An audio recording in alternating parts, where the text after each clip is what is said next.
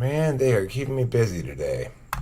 So Potato Pasoas brings a bucket full of silly nonsense here to the table. I think you misunderstand the implications of free will and determinism and are coming to incorrect conclusions. Okay. Well, let's hear it.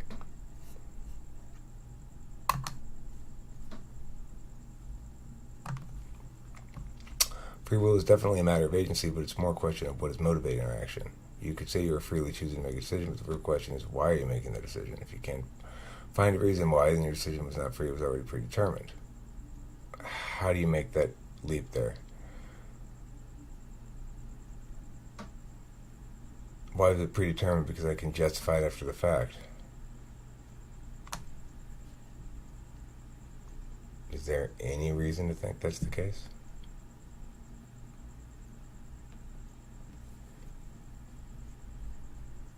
Nope. Predetermined does not imply that the future must have happened. It is more so that you can look at all the variables that led up to a decision and conclude what the result is before it has happened. E.g., if you injure yourself severely, then it is logical to predict that you will cry out in pain.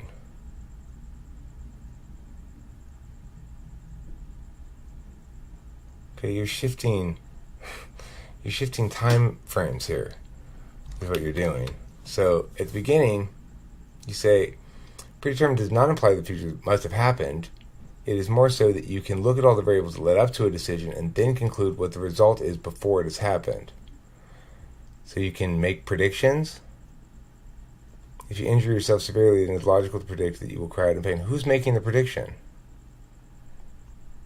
Who's making the prediction?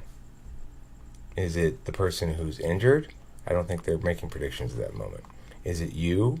Why aren't you helping your friend? It's not me. So, predetermined does imply that the future has already happened because we are able to know with certainty its status.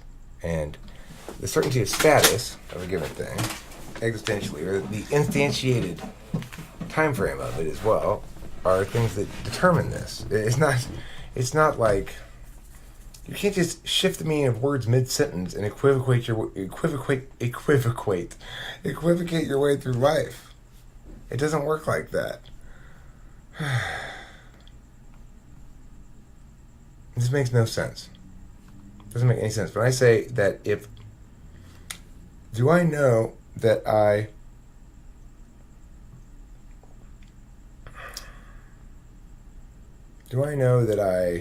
went to Pomona today to get some egg crate things with Kim? Yes. I can say I know that I will come out here and smoke a cigarette first thing in the morning tomorrow. And I probably will. But that's not something that you can know if it's accurate or not until after it's happened. That's the difference between a prediction and something that's determined. Whether it's determined previously to it happening or after it's happening, things that are determined are things that have happened. Okay? Or they're completely abstract. So, that Wednesday exists is not a thing that has happened, right? But that Joe went to the store on Wednesday is a thing that happened. Okay? So, if we say Joe went to the store on Wednesday, that means the issue is determined. It's determinant. Whatever question was open that is answered by that has been resolved by the determinant factor.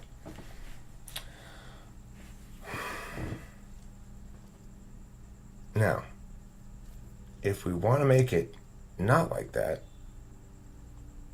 then we have to either express a lack of certainty regarding the knowledge. So I don't know if Joe went on Wednesday. Or we have to use the future. Joe will go this upcoming Wednesday. It is necessarily a prediction because it's a different tense. What's the difference? Well, the difference is the former happened, is determined. The latter is not yet determined. So you might say that I'm begging the question with this, but I mean, you're the one who needs to wrestle with this definitional problem you have. You say predetermined, but the word determined necessarily means either entirely abstract or in the past, having already occurred. Things that are pending are not determined, definitionally. Okay, so you have to deal with that. Just because something is impossible for us to predict does not mean it isn't predictable. I didn't say that. Because something's impossible for us to predict successfully. Again, you seem to be neglecting the fact that there's an observer who makes the prediction. Somebody has to make a prediction. That we don't make a prediction. One person does, okay? And that person's prediction is either accurate or not.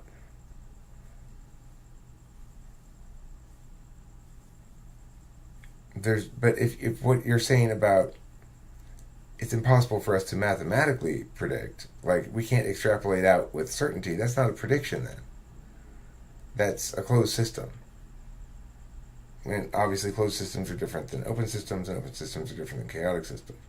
Chaotic systems operate according to different math than do closed systems.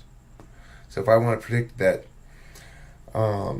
6 months from now it'll be whatever month it is 6 months from now, would it be, I don't know, August, September, October, November, December, January, February. Okay, so if I say like 6 months from now it'll be February, that's definitionally so, based on the fact that we're agreeing that we're in August right now.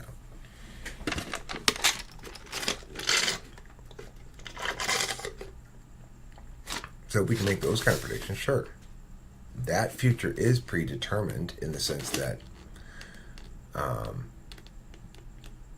the name of it has already been picked, and barring any substantial, massive, unforeseeable change, that's not going to change. We're not going to change the calendar. We're not going to suddenly change the names of the months and whatever, you know?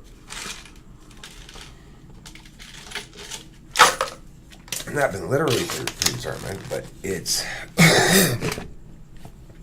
probably predetermined. The reason we know, for another way we can know it's not predetermined, is it's a simulation. And it's obviously, in my opinion, it's ridiculous to say it's obviously. In my opinion, I actually think it probably is a simulation. But it's got to be fair and challenging and fun. So, you know, it's that means it can't be deterministic. It's got to have randomizing factors that make it chaotic. So anyway, you're wrong. On the contrary, free will is nonsense. Since you can't predict the result, then the variables must be random. But if randomness were the nature of reality, then you would have no structure. It doesn't have to be entirely random. It's not like things have to be... You're basically saying, well, there can't be white, because if everything were white, then we wouldn't be able to see anything. Okay, but that doesn't mean that some things can't be white. I mean, your arguments here are incredibly weak. You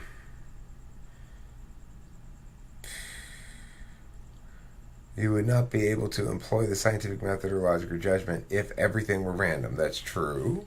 But what if some things were random? Just a couple, to keep things mixed up a bit. What do you say? The illusion of free will is simply the fact that we aren't always aware of our motivations, our brain wiring, so we think we are making the decision, but really all that we are is sentient, nothing more. We are alive, but we cannot change our nature. Okay, well, nobody says that free will requires us to change our nature. It requires us to have and make choices according to some sort of metric, rather than simply behaving reflexively at all times. We can make a distinction between reflexive and non-reflexive behaviors because we do have some behaviors that are reflexive. So the distinction is pretty clear. I don't need to think about breathing. I'll just keep breathing when I don't think about it.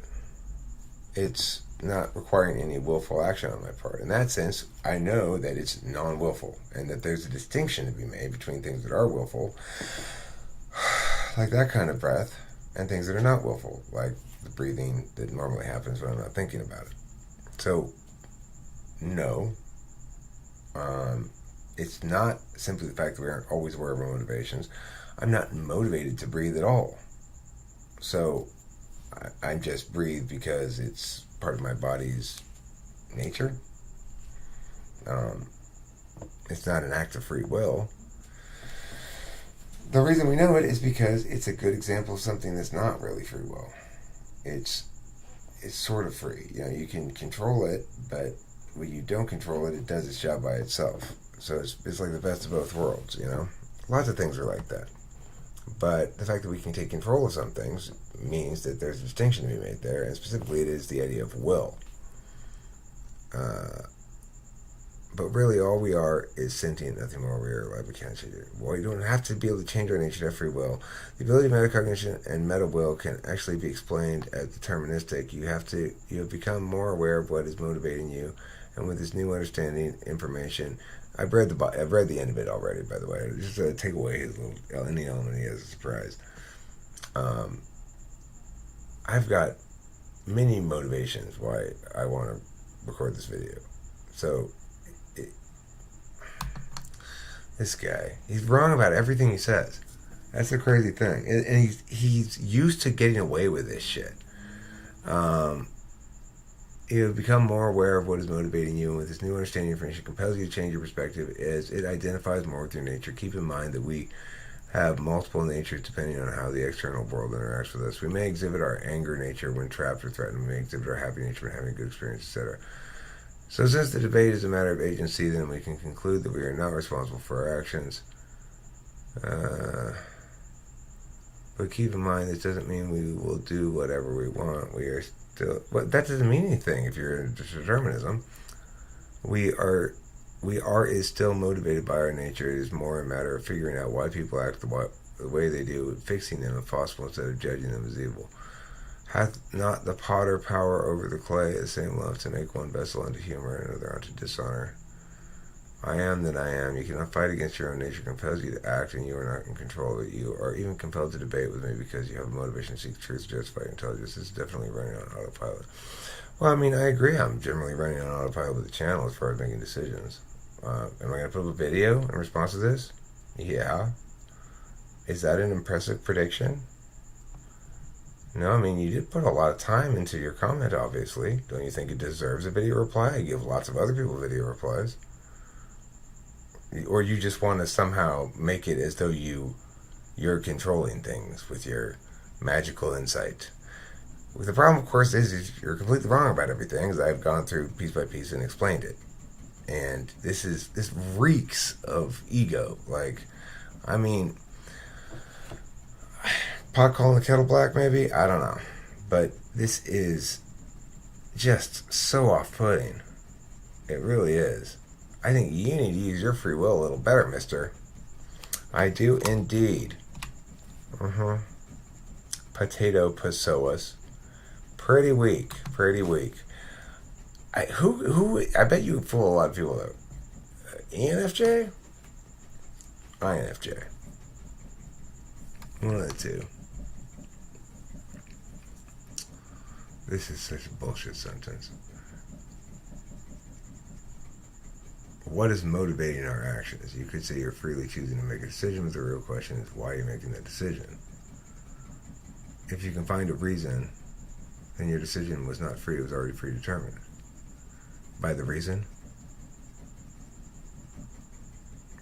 I mean, there are often multiple factors at play in making decisions, but regardless, free will is not only about making decisions, it's about attending.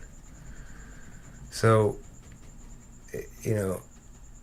one pays attention through various reflexive, default, and implicit ways. And it's true that attentional manner has a lot to do with our life experience. I've said before on many videos, on many occasions, that I think most of the time, most people are not exercising a lot of free will. That they're slaves to their impulses, reflexes, whatever. And that includes myself. I think that we rise to our highest form when we exercise free will, make choices more actively, which means sometimes more slowly. And look, there are things in life that can remind you to slow down, like your comment did a little bit. It was like, this is a good comment. It reminds me to practice what I preach a bit, that it's a good idea, by and large, for me, as an action-minded default person, to take more time and deliberate a little bit more sometimes. And to be a little bit more deliberate in general, which means to say to exercise more conscious will towards decision making. It's important to remember will is not only directed towards decision making. That's just one area of life that will is directed to. Free will, as you are understanding it, is shockingly straw. So, one can will by communicating. One can will by physicality. One can will by receipt, like listening. It can be a form of will. It's not necessarily a decision-making process, though, right? The fact that you can decide to listen and to sustain that decision over time is one manner that the will could express itself as. But you could additionally sustain that same decision for less time, and it may be in reaction to new stimuli or data or whatever, or it may be in accordance with a previously determined plan of action that you've made with yourself, for example, right? Those are different forms of will, but it's still matters of will. The freeness of it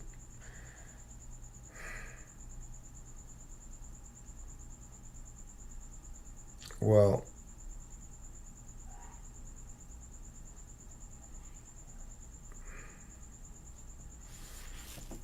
I guess it's a tricky question.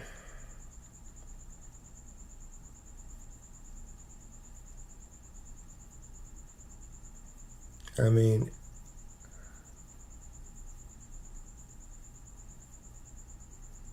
we all behave as though others have the capacity to choose to avoid bad actions. And the evidence bears it out. When motivated, they choose. They're not rendered choiceless. They make a different choice.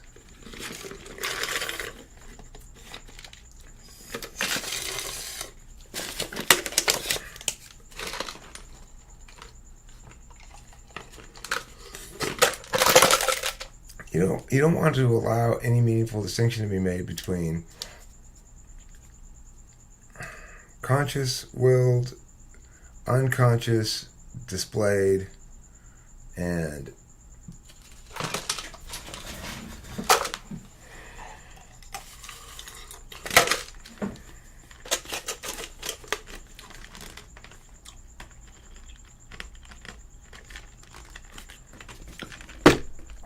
other such.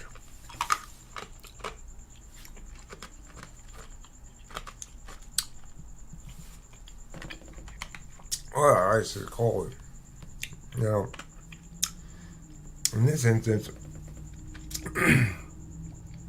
you might say that it was predetermined that I was rendered speechless there when I took that ice into my mouth, but it wasn't. I could spit it out. If it had occurred to me. If I had stopped and thought, right? It didn't occur to me really until just now. Which is one of the things that undermines you, number one. But I understand how it can be turned as well. Yeah, so you're wrong about everything. I agree that people are less in exercise of free will than we normally think they are. But I don't know. You come across like an ass too. I mean, I know I do too. So, what a terrible video. You're doing a terrible job, Eric. Thanks for watching. Don't forget to eat plenty of cheese.